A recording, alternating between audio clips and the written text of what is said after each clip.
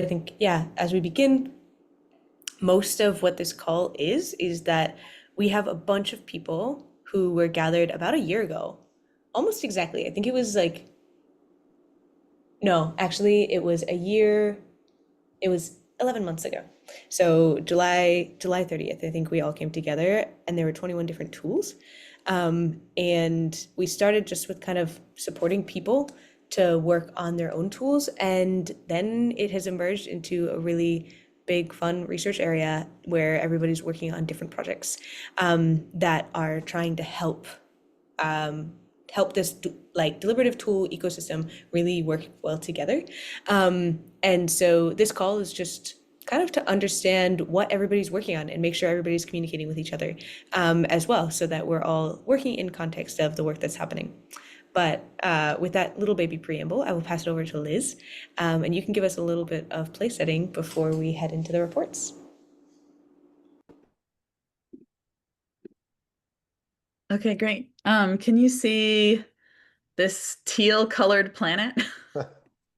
Yes. Okay, great. Welcome to Metagov. As you may know, we're a laboratory and playground for self-governance in a digital age. And the focus of today is on the research area, interoperable deliberative tools. Our purpose is to make today's collective intelligence tools more open, modular, and interoperable, laying the groundwork for a capture-resistant ecosystem of deliberative tooling. Quick flashback, some of us were together in Berkeley about 6 months ago, and that was part of a project that granted out almost $170,000 to teams that eventually added up to 21 different tool projects. And out of this, out of this launch, the workstreams that we're going to hear report backs from today. Already, these tools have done plenty of individual work on mostly on flat file interoperability, which was a part of the original concept. And we're now and did a lot of work understanding what functions and transformations the tools in the cohort actually offer. So here's just a rough list synthesized from what everyone was sharing when we were together in Berkeley, slightly organized. I took a little bit of liberty to organize these into bullet points, but if we take any of the phrases like being paraphrased to others or articulating values even to yourself or forming proposals or learning, all of these are aspects of deliberation that can roughly be categorized as running from agenda setting to deliberating to making that decision and then reflecting on how that went in the real world. We've roughly put this in a bit of a cybernetic loop of doing, learning from what we did, deciding to change, and then embarking back on doing in a new course of activity. And we can see these same sort of deliberative, the moments of the deliberative arc there, accompanied by which tool can actually support that function. In process is oh wow, is this video going to play? So surprising. Is the deliberative tooling gallery, which is very rough here, but thank you for everyone's very cool icons. And underneath each tool, those same phases are listed, and then more information available when you click into them. So that really all emerged from what we can call Interop 1. And then we were joined by Audrey Tang as an official advisor who is helping to add standards around these tools also supporting democracy. So this has been a really interesting addition where we had overall as a cohort had a lot of strengths in, say, collective intelligence and game theory and attention economy. I think we're starting to add in values around self-rule, which is in line with Metagov's commitment to self-governance. And so Audrey coined this phrase, hardline values and feel-good standards which is a little meant to be a little bit tongue in cheek because standards are often seen as like the serious engineering part and values kind of float around the edges. But by when she called them hardline values and feel good standards, I think you can start to get the way that we want to make this deliberative tooling ecosystem really be a positive force for humanity and clearly differentiate from market research and information extraction tools that can be wielded by the powerful over the less powerful. And so this brings me to the description of what all the working groups are. And you all here in this meeting are in these groups. So this is really a celebration of your work here. Over in the values stack, we have participant rights, theory and practice, support for users and choosers of this deliberative tooling. And then over in standards, we have the data commons, open facilitation library, and reference architectures for how to put these processes together. And now I'll hand it over to Lee. You want to present this? Yeah, sure. So as we moved from that interop one, interop two, a lot of the different work streams kind of continued and then expanded even as we were continuing on. So right now what you see is this big green circle is the Interoperable Deliberative Tools research area. This is kind of this call functionally. It's everybody who's involved. And then we go into the two streams that Liz was mentioning. We have this standards, this orange standards, and then we have in blue, we have values. Once we go into standards, there are 3 different working groups that will, and these will be, they're presented in this order. We'll start with Data Puddle. Data Puddle is focused specifically on building a collective, data infrastructure to build the underlying connections between these different tools. Open Facilitation is focused on building an open facilitation library and standard that we can, and synthesized standard, so that we can teach both human agents and machine agents to better facilitate self-rule. Reference architecture and run sheets. We'll hear a little bit more from Liz. And then around values, we have this direction of both connecting theory to practice, and we'll hear from Joseph Goebbels on that. How do we take the political theory that's happening and inform the tools that are being built, as well as take the information from the tools and help it to inform the theory? And then we have participation rights, which is really focusing on how do we move from thinking about like terms of service, GDPR, all of these legal structures, and move it from thinking about how can we reduce the risk on us as the org? How do we think about the protection to the org, and instead shift it to how do we move from a consent-based structure to a actual ownership structure? How do the participants own their own data, own their own autonomy? And then we move into users and choosers, and like for participation rights, we'll be hearing from Tom Law today, and then users and choosers is focused mainly on how are we supporting the different ecosystems and the users and choosers of these technologies instead of just the technologies? So if you see kind of what we're getting at, you've got the standards, which are really focused on like the tools need to be connected in some way. How are we building the standards that will help us to do that? And then the values are really moving into how are we actually making sure that the millions of people plus that these technologies will touch are really supported in the ways that they're interacting with these tools. And so I think for the most part, like this will run a little bit into what our agenda is for the day. The way we're thinking about today is to go through and make sure that we're all working in context of each other.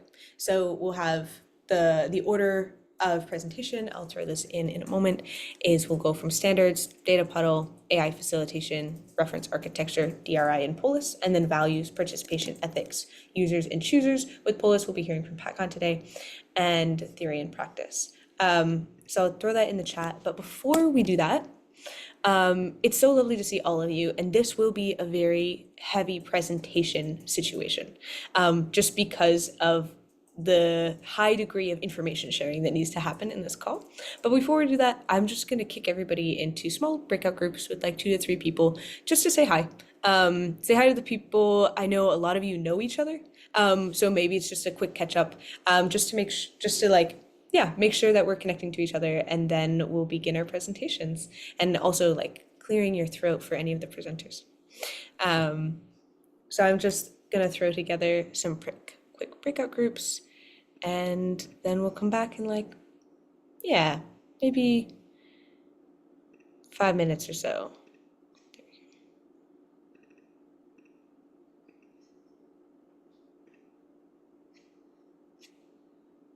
There we go. Sending you off. Bye.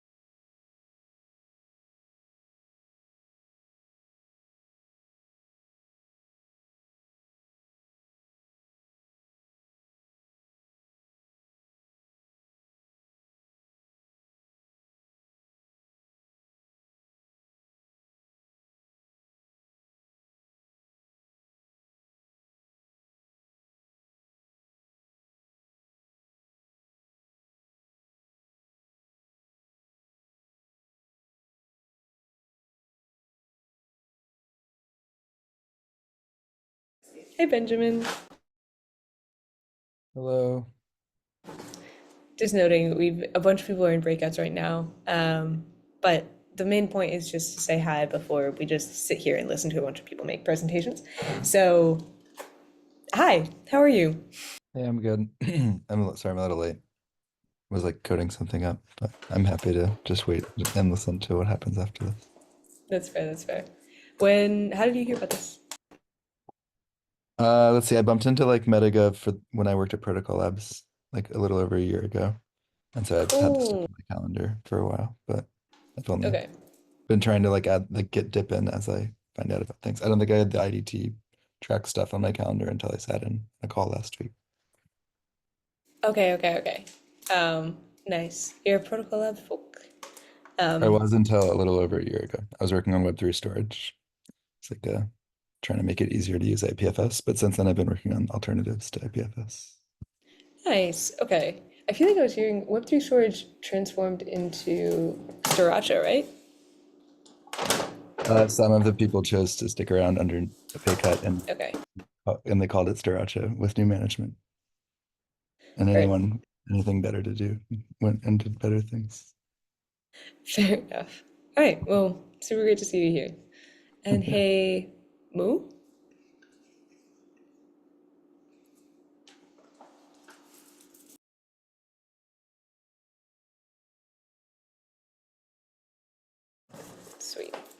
I'm going to a couple more seconds.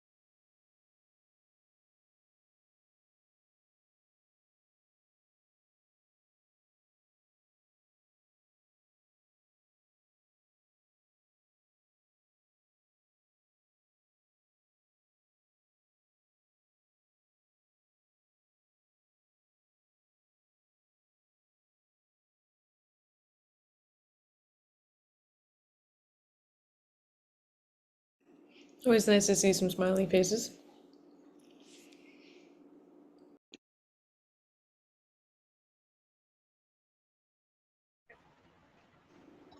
Sweet. Well, with that little bit of hello, we will step into the things that are today. I'm just going to drop in this little note in chat. A quick note on the structure of this. We did want to make sure that we could get through little bits of each of the different projects that we're speaking without taking up too much of everybody's time. So what we're going to do is we're going to do a kind of like yes and think where as people are talking, if you have questions, please put it in chat, and we have at least two people from each group so that we can make sure that the questions are being answered and we can move through the content as quick as possible. So right now we have this order of presenters that I mentioned before, and then after that we'll have a little debrief and focus on figuring out what's next and how we're going to keep connecting. But with that being said, the first person to speak is the data puddle group. So Maggie, if you are prepped and ready, then we can jump in. Yeah, for sure. Thanks, Lee, and thanks for that context. Nice. So I'm glad to be with everybody. Excited to share on behalf of the Data Puddle group, which has been such an exciting and it's been a joy to be a part of that team. So thanks for those who are there for collaborating on it. So for some context around purpose. So when we looked at the interoperability cohort, of course, many of us are engaging at different points within this deliberation life cycle. But one medium that we are often engaging with is around data, whether it's gathering and collecting, whether it's making sense of, whether it's translating to decisions or anything like that. And I think that was kind of that calls back to what Liz was saying at the beginning in that presentation when there was a different kind of space that you could land in that deliberative cycle. And so as we're all working within that data context, part of the data puddle's purpose was saying, is there a high level ontology that we may develop in this kind of bottom up way based off of the data structures that we have that allow us to say, these are the patterns that exist within our different tools, kind of identify almost in a thematic way that there's certain kinds of data that people work with, whether it's community voice, whether it's decisions that are made, whether it's conversation or things like that, and show how these different tools may connect to each other as a first step towards interoperability. We called ourselves Data Puddle as well, because not just that kind of centralized ontology, we were also considering gathering all of this data from these different tools as a resource and something that folks can work with in the same way that we might use a data lake, but smaller in a Data Puddle kind of format. Yeah, so we had these kind of two prongs, but I've been really diving into that ontology piece for the last few months. And so just to mention and shout out some of the key contributors, we've been working with Stuart from Crown Shy, Liz and Lee have been stewarding us along very well as like the Metagov folks. Myself, I'm representing the project called Voice Division. Johnny with Isue was there, as well as Alessandro and Simone, who are, I think Alessandro's on this call now. One process thing that we did throughout these few weeks and these few months has been to actually use a Miro, like an online whiteboarding tool, to say what are all of the data structures that we're working with, develop a classification system, and then kind of say these are the kinds of pieces of data that we're working with and how these tools might connect to one another. And then with that initial foundation of making sense across our data structures, we then have worked together to try and succeeded in actually getting a paper published. So I'll share it here. It's a work in progress, so non-archival. And this is not the camera-ready version, but would be happy to share when we have the camera-ready version more broadly.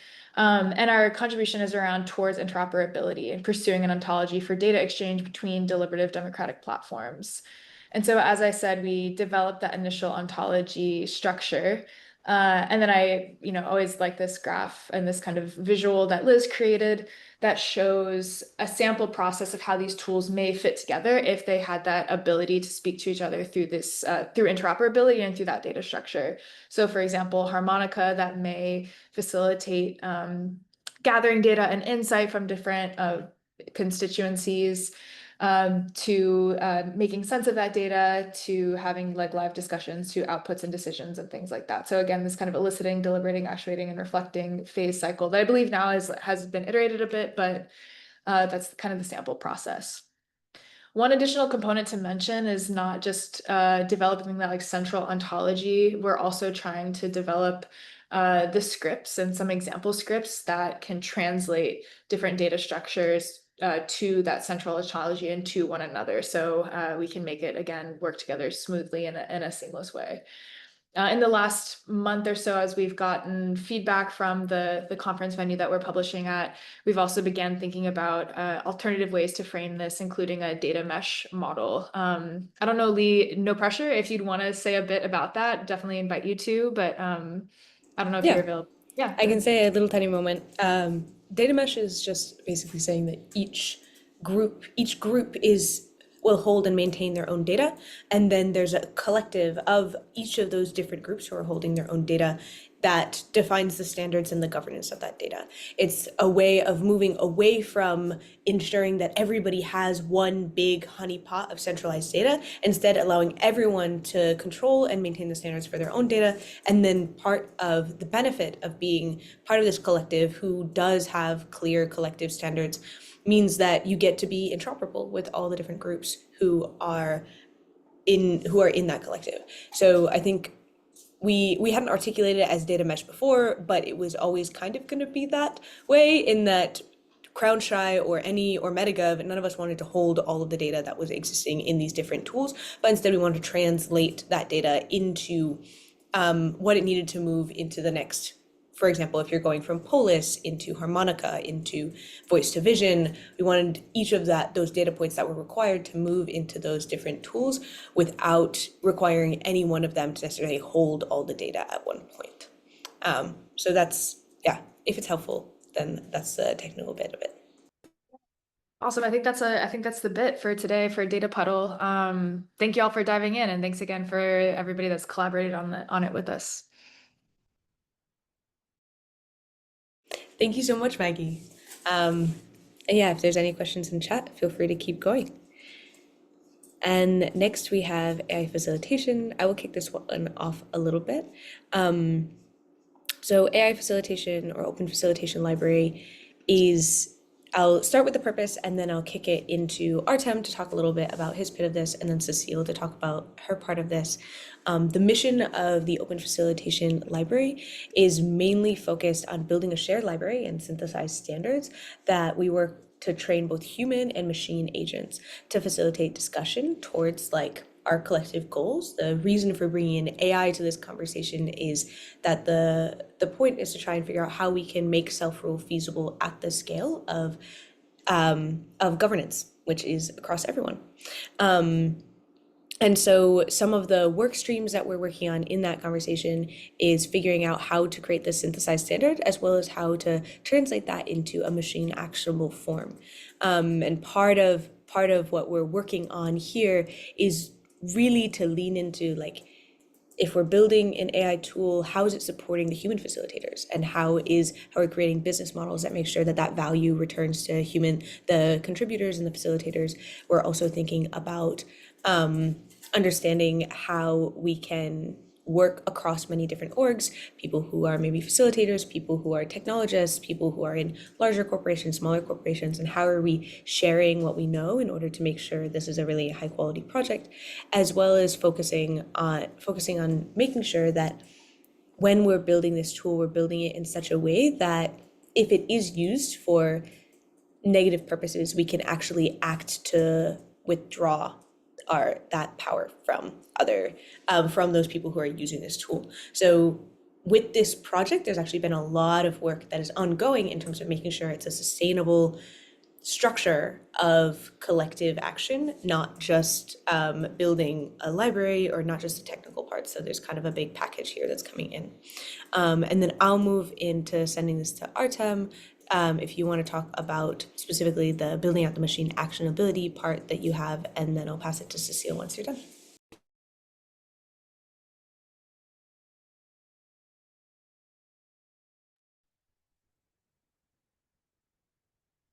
I think you're muted, Artem, just heads up.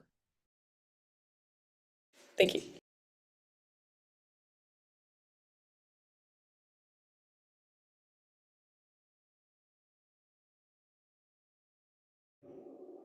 Do you want me to pass to Cecile first while you get things going, Artem?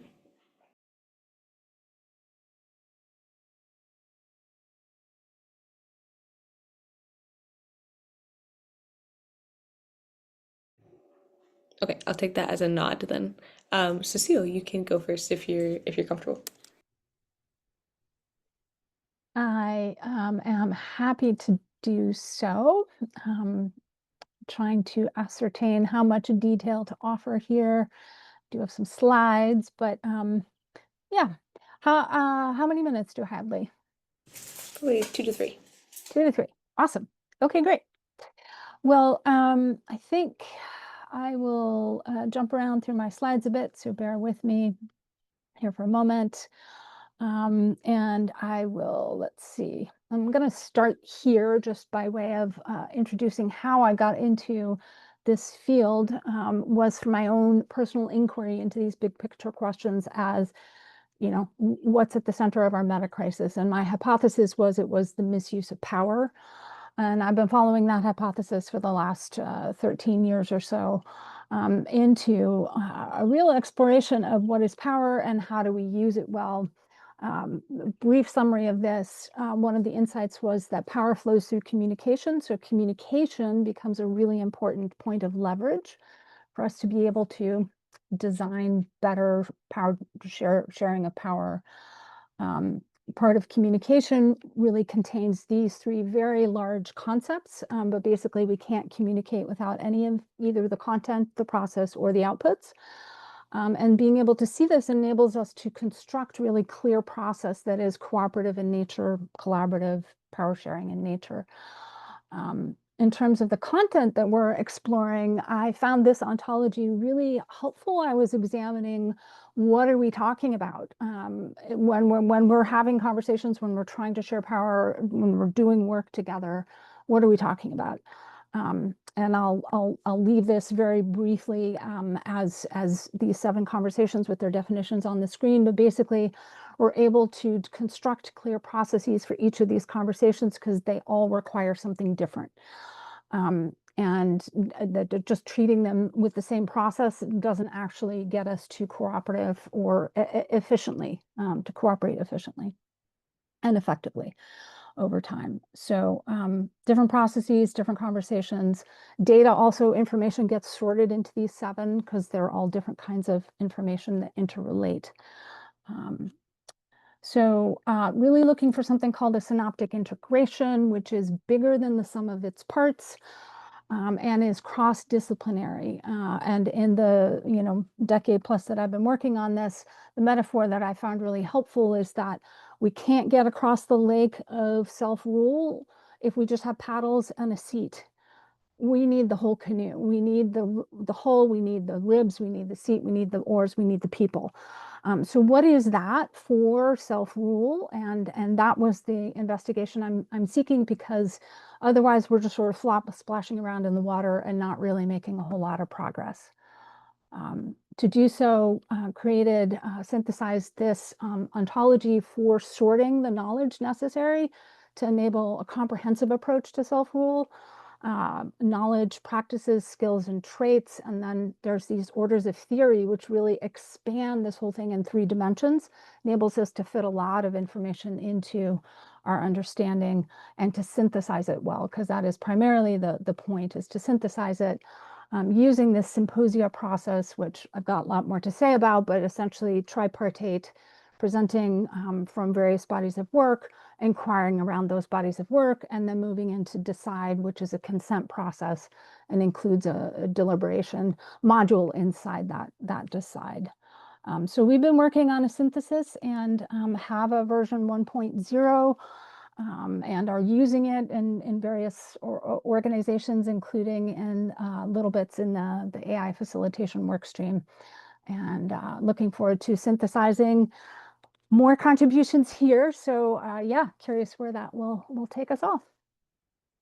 Thank you so much for stepping us through this, Cecile. So yeah, really moving that synthesis, like if we have a synthesized standard, how do we move that into making it machine actionable? So Artem. Can you hear me? Yes. Okay, cool. So I'm sharing my screen now. Can you see my slides? Yeah. Okay, amazing. So yeah, I decided to call my short presentation the primitives of AI facilitation. I don't want to take too much of your time, but very quickly, it's more of a vision, I guess. So I was really inspired by this paper that I discovered thanks to Liz. She mentioned this collection of essays, and one of them is about conversation networks, which offer a promising path to rebuild our fragmented social fabric and to strengthen democracy. And one of the concepts that the authors mention in this essay is open standards that enable plug and play between different digital tools. They reduce friction, they broaden adoption, and they allow developers to share learning. And so open standards is a specific thing. It has a definition that I'm not going to read, but I hope that you have read it already, so I can move on. And with AI facilitation in particular, I also am very glad that another organization called Collective Intelligence Project actually also identified it as a key capability or promising area for studies and research and development. So yeah, they specifically mentioned facilitation as an AI facilitation as an important area. So the gap we're addressing, as far as I understand it, is about understanding of facilitation vocabulary, the concepts, the skills, and I think what the taxonomy proposed by Lisa Schiersch is very useful, micro skills and macro skills. And also, what are the primitives of effective facilitation and how can they be translated into the AI language? So this is like a very, very rough example. And, I hope that I will make this slide much better soon. But basically, I think everything that we are going to discuss in this working group can be placed or it can be mapped to this 2x2 matrix. So one side of it is about the skills and the other one is about back end and front end, which hopefully everyone understands. So when we talk about any facilitation pattern, it can be mapped to this matrix. And I think what we can do is just to understand how it can work and turn it into open standards that could be used by developers of interoperable deliberative tools, such as Harmonica and Membrane and many others. So the last slide that I want to show you is this. Like, I think the work that Cecile has been doing is incredibly important. And this is what I call facilitation patterns. They're being synthesized. And we don't know yet how exactly we are going to synthesize them and how the facilitators would be contributing to this library, or whether it would be like one big repository, or maybe it will be many different repositories. That's like out of the scope of this particular presentation. But I think I want to say that however we synthesize those patterns, that library should influence the other two elements on the slide, which is facilitation rules and facilitation evals and datasets. So facilitation rules is more about the front end. It's more about how people who are using deliberative tools with AI capabilities can actually steer those capabilities. How can they use the right facilitation pattern or facilitation methodology or tradition, and how can we make that as interoperable as possible? But the most important thing is facilitation evals and datasets, as far as I understand, because this is how we can understand if AI facilitation is working or not. And so this is also about how to allow AI agent to evaluate the work of another agent and what data it needs to do that. And how can we work with human facilitators to label those data sets? So all of those things, rules and evals and data sets, I think should be informed by the facilitation patterns. And all of this should be like as collaborative as possible. I really hope that we can achieve that. And that's it. Thank you. Thank you so much. All right, sweet. So moving into our next person, we're going to be jumping into reference architecture. So that's you, Liz. Yes, great, thanks. I just think this is such a nice event where we're all hearing from, all of our deep work, what we're doing. So yeah, just really enjoying this.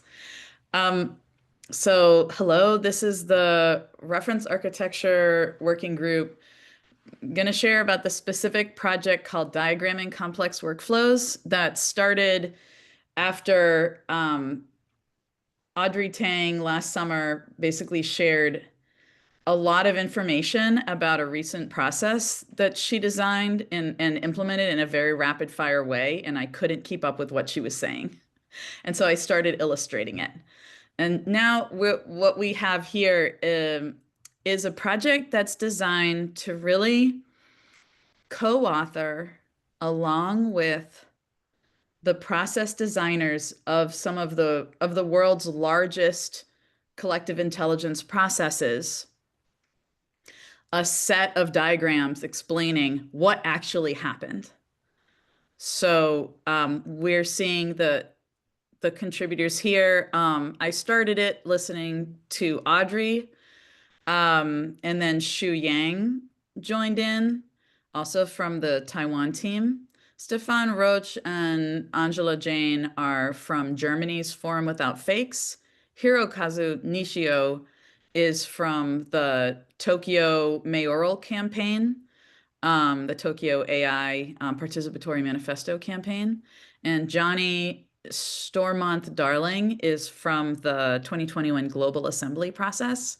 And that one's still happening. I made sure to include a lot of blanks highlighted in bright red to say that I really hope that this is a collaborative workbook for us to build out these understandings of processes and yeah, really, and to have these maps that we can link to our standards and values. So yeah, here are the processes that we've started with so far. And what really also inspired me, in addition to being unable to keep up with everything Audrey was telling me, was looking at the set of process diagrams that projects release about their projects. So, also here we're seeing, some work from Lisa and Luke on the middle right. We're seeing some work from New York City. Overall, the way we're communicating about our process designs is very disparate and very fun, and maybe a little bit more on the marketing side. Although I think we're really trying to communicate through these diagrams, but what seems like it might help is if each of these processes were presented through a title slide, then show a picture of the project's own conceptual diagram, then offer a standardized diagram, kind of like the excerpt that Maggie was showing.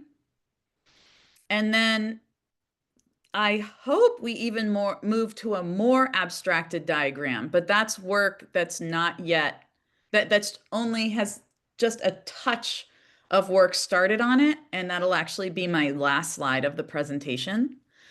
And so, yeah, I guess my invitation with this working group is, if you are a large-scale process designer, or as a tool developer, if you've supported process designers at a client organization, this is a place where we can invite them into really document their work and be welcomed in to a collegial community.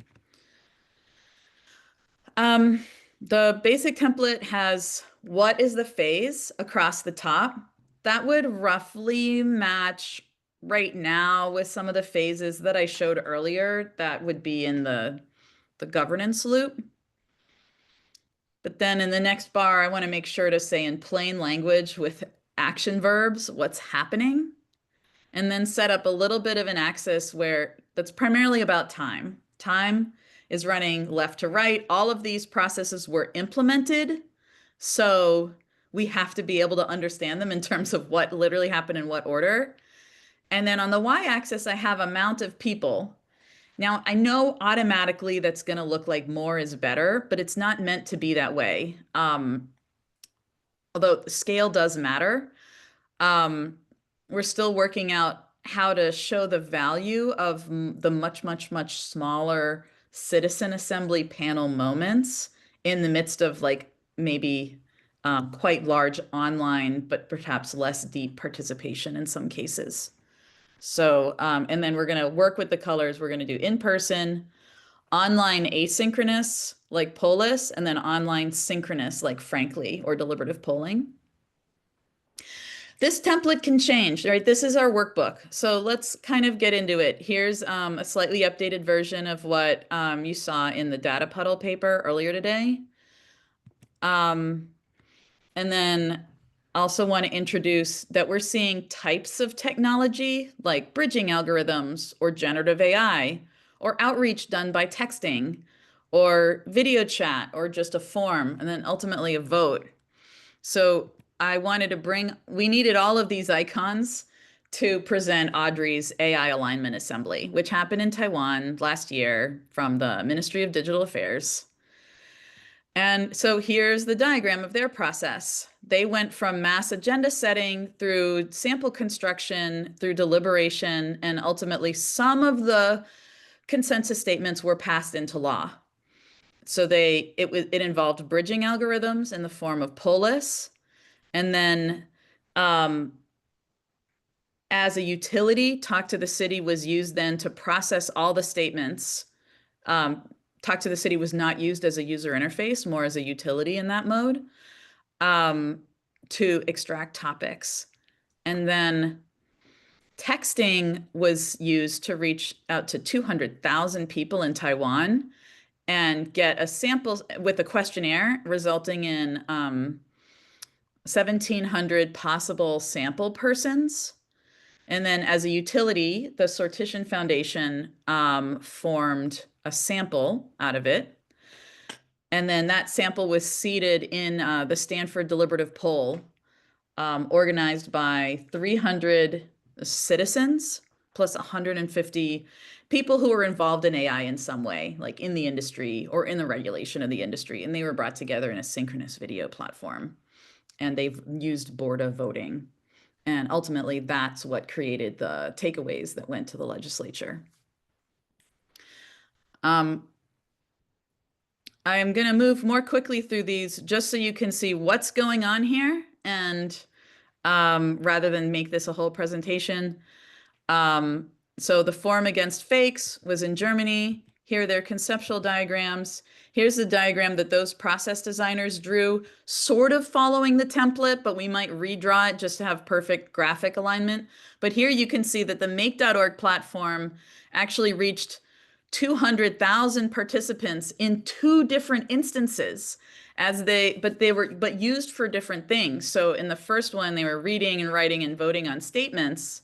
And then people were brought into an in-person citizens assembly, and then an online citizen assembly, and then back out to an online consultations where those online participants were doing detailed response to proposals that had come out from the previous cycles. And then they used a WebEx video platform to do deliberating and voting. And then they went back out to 200,000 people for just thumbs up, thumbs down on specific proposals. Over in Tokyo, we see some conceptual diagrams here. This is talking about the evolution of from one person broadcasting to many, to the difficulties of many people trying to talk to one person and failing, to many people being able to digest and talk to one person. And then through working with Nishio, their process designer, I had to add something to the template, which was this gray box for scraped comments, which were speech units, but not speech units that were directly solicited by a process. These were comments that were already online, and so they were kind of unintentional. So I'm calling them scraped. And so here we have a large number of existing comments that were scraped out of YouTube and Twitter. And then Talk to the City was used as a utility to form the thematic areas. And then those thematic areas were used as the first draft of a manifesto that was published to GitHub. And that draft manifesto had over 206 issues filed against it, resulting in over 100 pull requests. And then there was continuous integration and continuous deployment between that GitHub hosted manifesto and a website that had an AI avatar, AI video avatar, answering people's questions about the manifesto. This AI avatar gave out over 7,400 responses. And for the less online people, Twilio was used to reach, to get over 1,000 responses via text. And this manifesto ended up getting the highest ranking of any of the candidates' manifesto, even though this politician did not win his election. But it's just a really fascinating move into AI politicians. This is where we're just in process on Global Assembly. And I'm going to click through this because it's not yet synthesized. You can see there's a lot of stuff going on. Ultimately, we want to go towards abstraction and away from the specific tool icons on a page into what are the functions that are needed at what point in a process. And thanks for listening to my presentation. I hope I didn't go too long, but I want everyone to know that if you're working on large-scale processes that happened, we would love to invite you into this collaborative workbook. Thank you very much. Thank you so much, Liz. Beautiful. And then moving into DRA and Polis. So that's you, Jonathan. Okay. Hi, everyone. Thanks, Liz. That was great. That's fascinating stuff. So I guess I'll just dive right in since we don't have too much time. So this project started with some experiments with implementing a metric called DRI in Polis. I'm going to assume pretty much everyone here knows what Polis is, tool for large-scale online deliberation, but doesn't know what DRI is. So I'm going to take a couple of minutes, 2 or 3 minutes, to describe the theory behind this metric and then talk about how what we found trying to implement in Polis. So DRI stands for Deliberative Reason Index. It's a metric that's intended to measure the quality of a deliberation. It's developed by some fairly high-profile political scientists working with deliberative democratic theory. And it's based partly on one key insight, and that is the measure of a successful deliberation should not necessarily be consensus, that everyone agrees, because sometimes people have legitimate differences in values. For example, you've got a group of wolves and a group of sheep deliberating about what's for dinner. Maybe it makes sense that there's not a consensus because of differences in values. In fact, if there was a consensus and everyone agreed that the sheep should be on the menu for dinner, maybe something's wrong there. Maybe the sheep have been misled by a very charismatic wolf and didn't realize that this policy that they're voting on would actually result in them being eaten for dinner.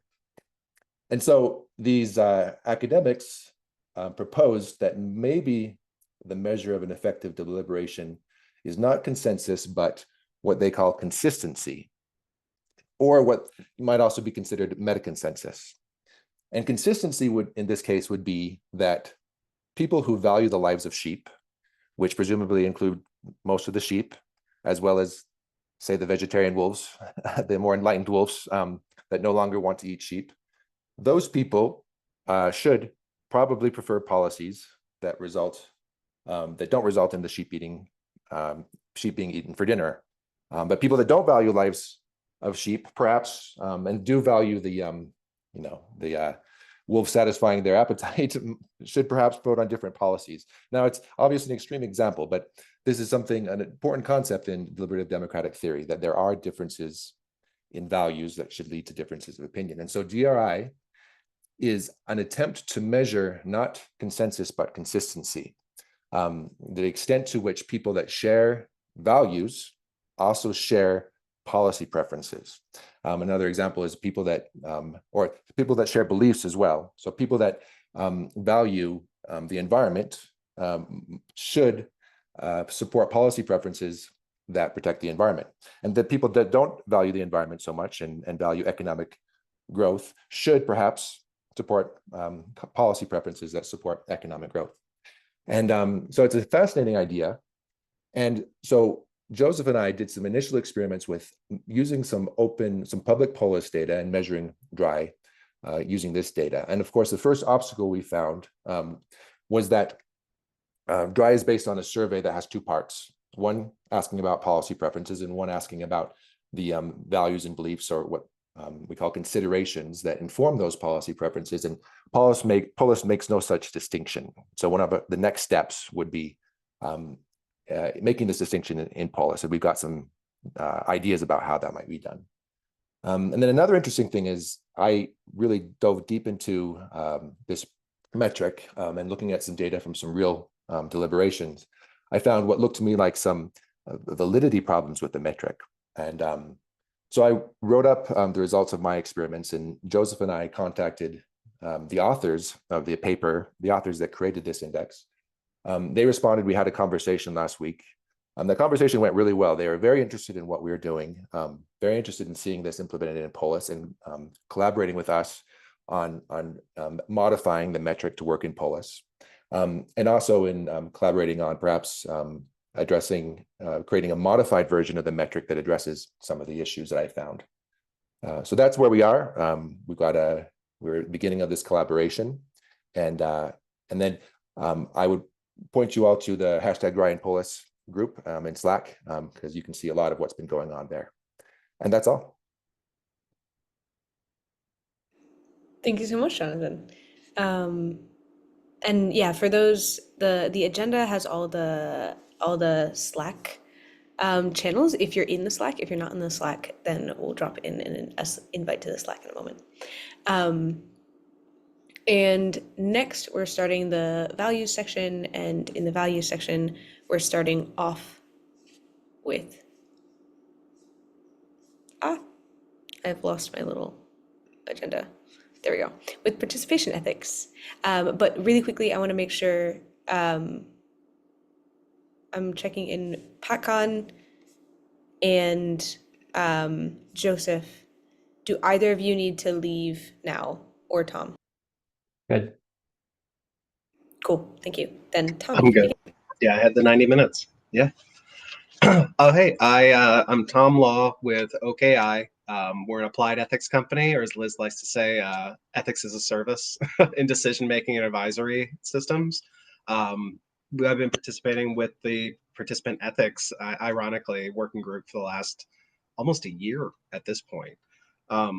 The genesis of the group was really that there are a number of projects in flight, the ones that everybody else has been discussing, as well as some third-party projects that are likely to touch 1 million plus individuals in the next year. And Liz and team really wanted to take a moment or like have a serious look at what does it mean from the participant point of view?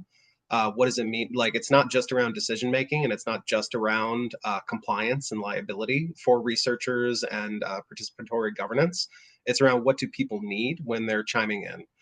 We've been digging into a lot of things around how do we do opt-in versus opt-out for large-scale data management? How do we handle individual, not just their information, but relations, and make it simple and easy for people to understand what they're participating in? And over the last few months, we've had a number of, the big outcomes are that there is a privacy in terms template available for data collection experiments and organizations, especially if they don't have anything yet for policy. That the template for that is just available in the participation ethics Slack channel if people want to look for it. We also, as part of the process, we made kind of a key decision that it was more important to prioritize practical, clear, and exercisable rights than trying to get opt-in on everything under the sun. After we spent a couple of months working through the practical implications of, we call it like radical consent, like opting into everything all the time and being presented with, this is what you're doing, or this is what we're doing with your data. Are you okay with that? And everybody had 100 check boxes for every activity they were participating in.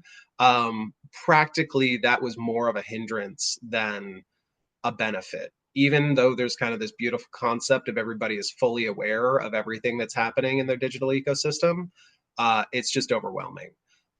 So the emphasis since then has really been around not as much the call it vigilance and making sure everybody understood everything they were signing up for, including the sheep that are probably shouldn't be getting consumed, per the last analogy.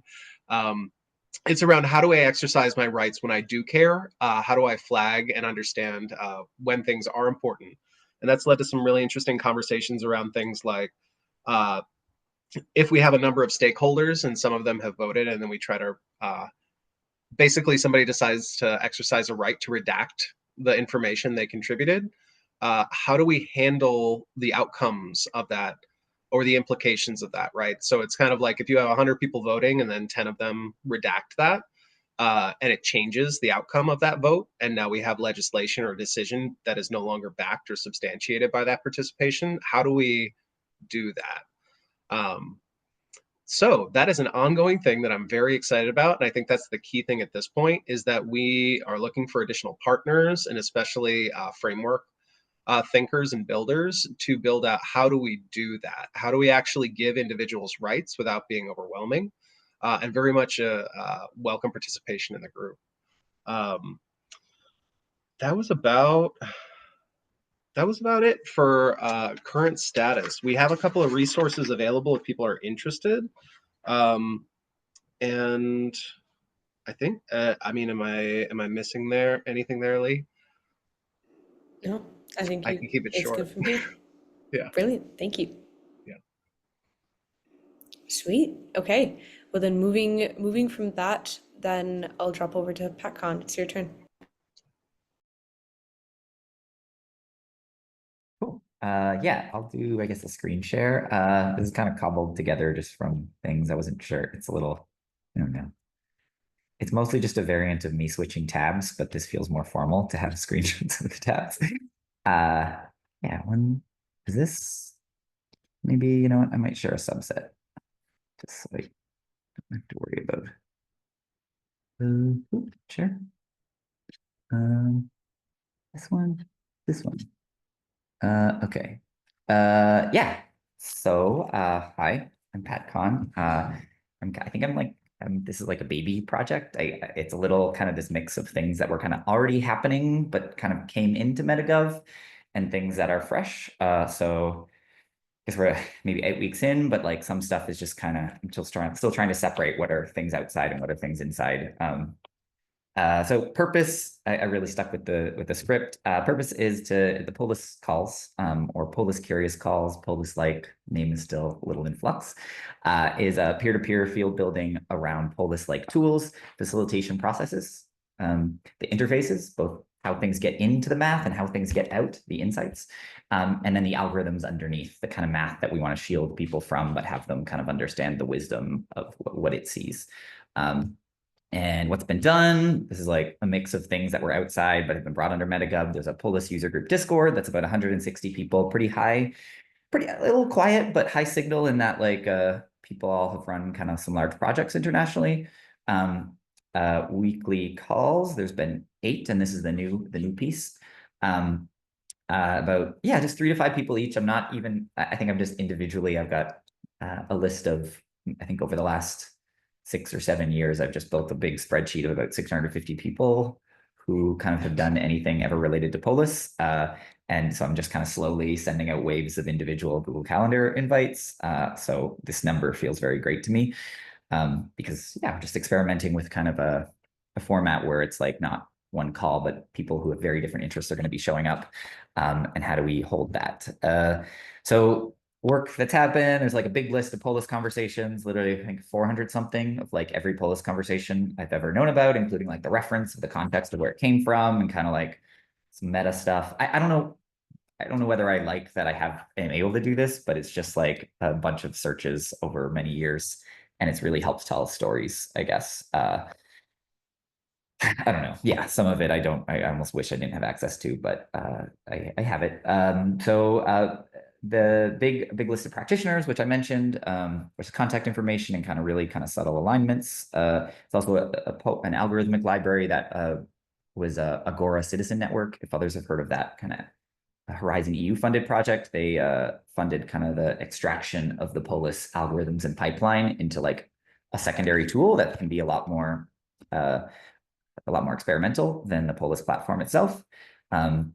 And the algorithms for clustering, various things can be swapped in and out. Needs, wishes, I should have checked the time that I started. I'm going to assume 3 minutes ago. You've got like 1 more, or 1.5 minutes. Yeah, 3 minutes. Okay. Then needs, wishes, join the Discord, which I can drop the link later. Join the channel. There's a Polis like channel, which has not been, you're the first hearing about it. There's not, it hasn't been activated yet. And then there's drop-in calls. This is kind of probably the main entry point. There is, maybe I'll just say real quick, yeah, the kind of like things to be more visual and not just words. This is the like sort of things that you can see differently when new algorithms that aren't literally 120 years old are used. So different groups, and the idea is that more boundaries means there's kind of a combinatorial explosion, and you can see more tension, more edges, and you can have more conversations. Every boundary we struggle to see together is a conversation we'll struggle to have together. I'm also kind of trying to figure out how surprise fits in this, because I think surprise is the feeling of our mental models breaking. We're good at being curious about that. I think there's something neat about when one group is really surprised by a certain aggregate stat of another group. And that's like an example of like, on the ground, that's like propaganda, that's like racism, that's like, there's like some really interesting narratives, I think, if you could actually figure out where's the source of surprise in the opinion landscape. Is it all one group? And who are the people who are surprised by that? And what is like, and it's maybe, I don't know. Yeah, I think there's like something about the interfaces there. Yeah, and if you know what surprises someone, what do you know about them? Maybe you know the most adjacently possible version of them. That's very powerful, very scary. I think a lot of people should understand, we should all understand it's about ourselves. Yeah, anyway, that's check. That's all. A little timer just being so nice job. Perfect timing. And thank you so much for walking us through that and the call you're hosting. And then last but not least, we have Joseph to talk about theory and practice. Thanks, Lee. I'm just everybody going to post two things also there in chat that I'm going to mention. So I've been working on the theory and practice project, and which was kind of started as part of Interop. So one of the, I guess first the thing that we're trying to do with this project is to bridge a gap between democratic theory, where there's a lot of debates around kind of the future of democratic theory or the future of more traditional forms of democratic practice, but there's not very much awareness of the work that's going on in projects like Interop, which is where theory and practice started, and on these new e-democracy tools. And then bridging that to the practice side, where a lot of practitioners, especially people in Metagov, are working on really, really cool projects and have a lot of ambitions, but maybe aren't aware of the democratic theory that could be guiding that work. And so I think academics should be paying more attention to this emerging new democratic practice, and practitioners could learn a lot from engaging more deeply with democratic and other types of political theory. So far, the things that we've done in this project has been 2 seminars, which you can find the links to the readings for at the link I put in chat. There's also an introductory seminar. There's a recording posted on the project page, and those were on the topics of participation and deliberation. And then I'm right now working on kind of a research guidelines little document for people that are interested in doing self-directed research on political theory, but maybe don't have a background in the field and don't know how to get started or what to do. And then we've been looking at maybe doing some more seminars or reading lists or some other kind of discussion groups in the kind of coming months. So maybe more to come on that. You can watch the Slack channel for updates on any of that. And then mostly besides that, this project has been kind of collaborating with other projects like the DRI and Polis project that Jonathan talked about, is very much an example of this sort of bridging between theory and practice, or between empirical political science literature and practice.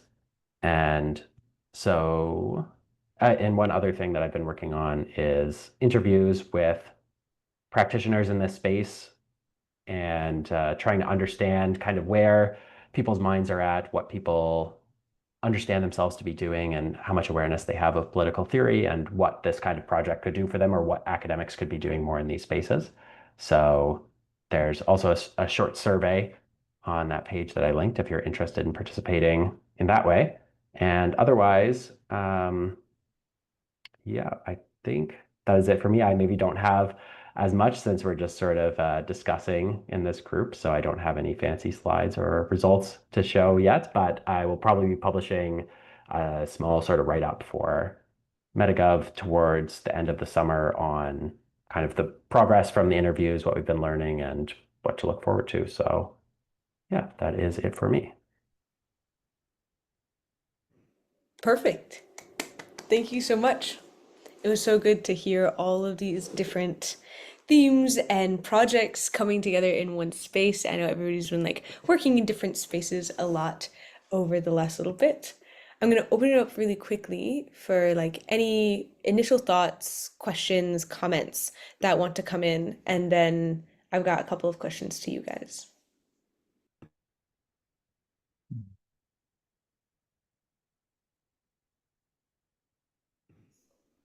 Yeah, Cecilia, you're raising your hand. Old school. I am curious how much cooperation, collaboration, cross-pollination is happening between these various groups that have just reported already. Some, but also not much. Some, I think, via the route of Liz and I are in a lot of the conversations. I think there's more cooperation and connection between groups like, for example, the participation ethics and data puddle, because I think eventually the data puddle will need to use the participation ethics information, right? Is that if we're dealing with data, then the participants should be using these tools. And then there are others that are like more separate. You mentioned Joseph talking about collaborating with the RA and Polis, but I think this is maybe the first and most coherent representation I've had of reference architecture from Liz, for example. Nice. So some of them, but I guess like question back to you, when you're asking about like, are they collaborating? Are they connecting? Like what was that curiosity? Yeah, so it does seem like we're all here because we care about the same thing. But it seems like at least at this phase in the game, we're mostly operating as individual cells in a soup. And at some point, I think to get complex organic molecules, we need to find our way together to create the bigger thing that I think we want. I could be completely wrong about that. Maybe we don't, the metaphor may be misplaced. But that's where it's coming from, is a certain assumption that in order to achieve interoperable tooling, that finding a way to weave our work may be useful. No, totally. Yeah, Liz. Yeah, I totally agree about that. And at the same time, it's been great to let smaller, focused, advanced teams actually create value.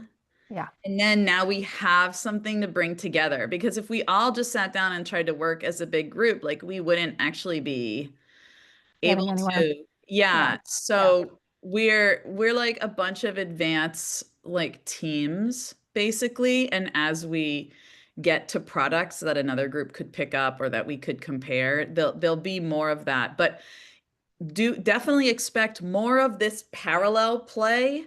If I can use a kindergarten example, while we make the moves that we can make. And then, and I think it's really also powerful that we have, for instance, just to take two examples, although this is kind of a pattern that exists in across this in general, but like with Data Commons, Data Puddle working on interoperability, they're paying attention to what functions are happening when and by which tools. Well, Yeah.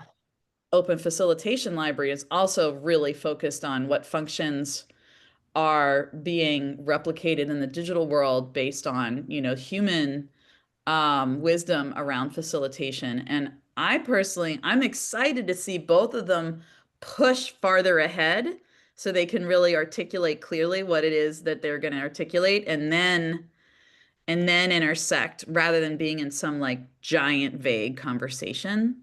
So I think I almost see it as like, we're gonna they're like safeties for each other, that we're not just doing things one way, but that we're gonna check them against each other later. Yeah. Yeah, totally. Yeah. And I think in that, this is kind of the direction that my final three questions were going. They're hinting at it, not in closing things off, but in opening it up and like, what would it look like to keep working together? The first question I have here, sorry, it's always so fun to see the giggle, the giant fake caffeination. Anyways, is like either as a working group lead who presented here or anyone else, I want to start and root in needs. Like, are there any needs, wishes for support that you have, or like calls out to the group here? And I'll give like 2 minutes to respond to that. And then my next question is the next question.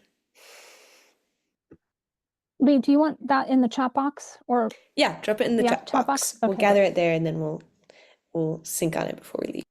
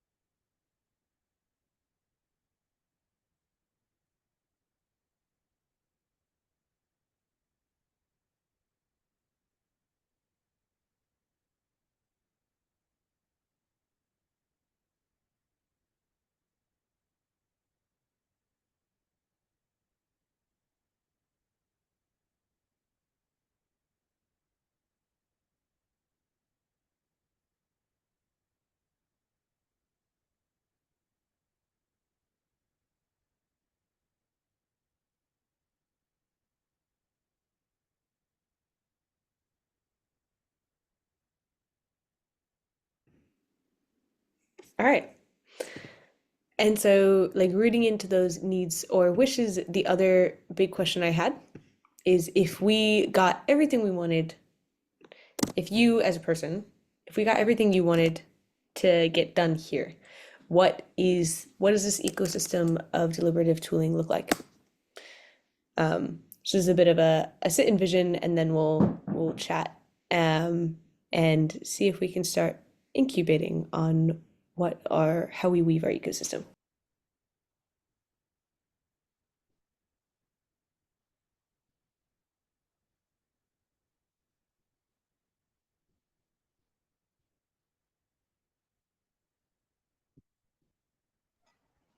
Lee, What's I the don't. scope of here?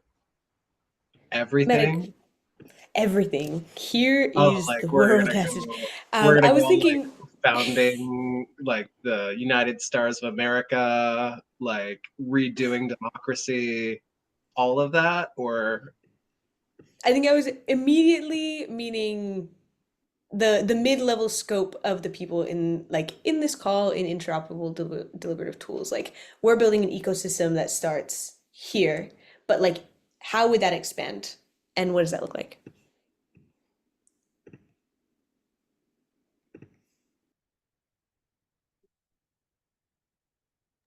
Maybe I'll just share a thought I have. Um, when we talk about interoperability and tools and standards, I think of my vision is maybe the emergence of something more like um, a protocol for how groups make decisions, how groups share power, um, and so the protocol doesn't assume tools. It assumes how decisions are made, and then the tools interact with each other according to this protocol, which defines the rules for how these processes work. So I don't know if that helps that point of view, but I just thought I'd throw that in there. Totally. Yeah, I like it. I like what you're saying, Liz, around like the ability to condemn anti-democratic processes that may be able to like run over the different populations. And this has felt really strong for me. This has been like a framing that has come out of like conversations here that has felt very strong for me is like right now we kind of don't have the autonomy to control our own space online. But what if we could? And what is the technology that is required to actually control that instead of even just like, I think there's some ways that we say we can do that that aren't really accurate right now.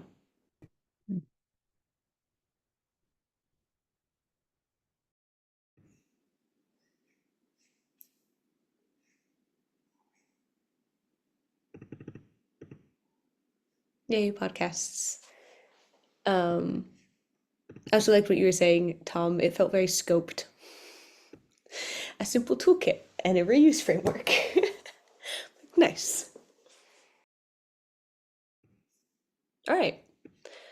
That's most of what I have here. I can tell you the next steps for me. We'll likely have another one of these kind of syncing calls that'll look a little bit different sometime again to make sure that we're all tapping in together in a way that's relevant. I'll gather these. There will be a report out with the recording as well as some of the notes as well as the chat, just to kind of go over like, hey, what are the threads of beginning to cohere? And what would it look like to make sure that we're all working together in context with each other? So that's what I have.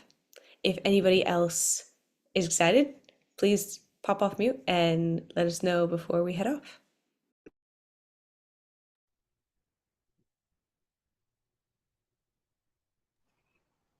this is me, just a salty comment that I can save till the very bitter end. Please say. It's the bitter end. Just the assertion about the open source stuff and privacy working with open source, I think it's just there's this whole thing around open contribution does not necessarily lead to privacy. And if there is significant corporate interest, you got to think about the motivations of all contributors and the motivations of all observers. And open source is not always the solution to things, although it is, there's a lot of power there. Anyway, I think open contribution is a big thing. So, but we'll see where the future goes. I'd love to actually hear more about the thing around like open source versus open contribution. I think this has been definitely a tension that has emerged in a lot of like my work as well in general. And I think especially as it relates to, yeah, just corporate capture in a lot of these spaces is like, I was talking to someone the other day at UN Open Source Week, and they were like, licenses. And then we had a whole extended conversation on the chaos of why it doesn't work at all. And so trying to find ways to make sure that we actually, again, like we actually do have autonomy, and what are the solutions there? Well, it's not just that. I think there's a demonstrated like history of corporate actors exploiting flaws in open source that are not necessarily illegal, right? They're like, hey, you just gave us the recipe, so we're just gonna get that thing right there. Thank you. So, Yeah. nobody's Super obligated to patch it most of the time. Yeah, also really sensitive and potentially salty about that, Tom. And yeah, I really want to see, the economic viability of all of our small innovators here and help them become medium-sized. But definitely not looking for big tech to provide more than 10 to 15% of any one implemented tech stack. And that was actually a number that Matthew Victor came up with, and I've just been repeating it because I'm so inspired about the vision of like, yes, come and play, and like, yes, release open source, and also like, don't take space, don't use your marketing budget to do real engagements for $0 in a way that short circuits the innovation of small shops. Totally. And I think especially going into like a lot of the ways that I think it's been really good to sit in the AI facilitation conversations is like really rooting into what are the sustainable models that we're creating for the people coming together. And I don't know, I think there's been a lot of co-ops hanging about Metagov recently, and really I've been very interested in exploring how are we making sure that that value is gathered by the people who are actually contributing. Yeah, Pat. So, I definitely am interested in like how much of like basically tools, what is it? Oh, why am I stumbling on this word? Risk mitigating frameworks say that we need some like risk mitigating technologies, and I'm like thinking lately about like protest as like a risk mitigating social technology that I'd like really love to think how it's like kind of the edge. It's the hardest thing to wrangle. It's the thing that has the most subtle benefits that like, you can't, it's hard to know. So I'm really interested in like processes and tooling that supports that messiest of space that's super critical in like a big failure mode. And like makes that stronger to like engage with power. Not that anyway, just tools to support protests that don't have like techno-utopian angles. Yeah.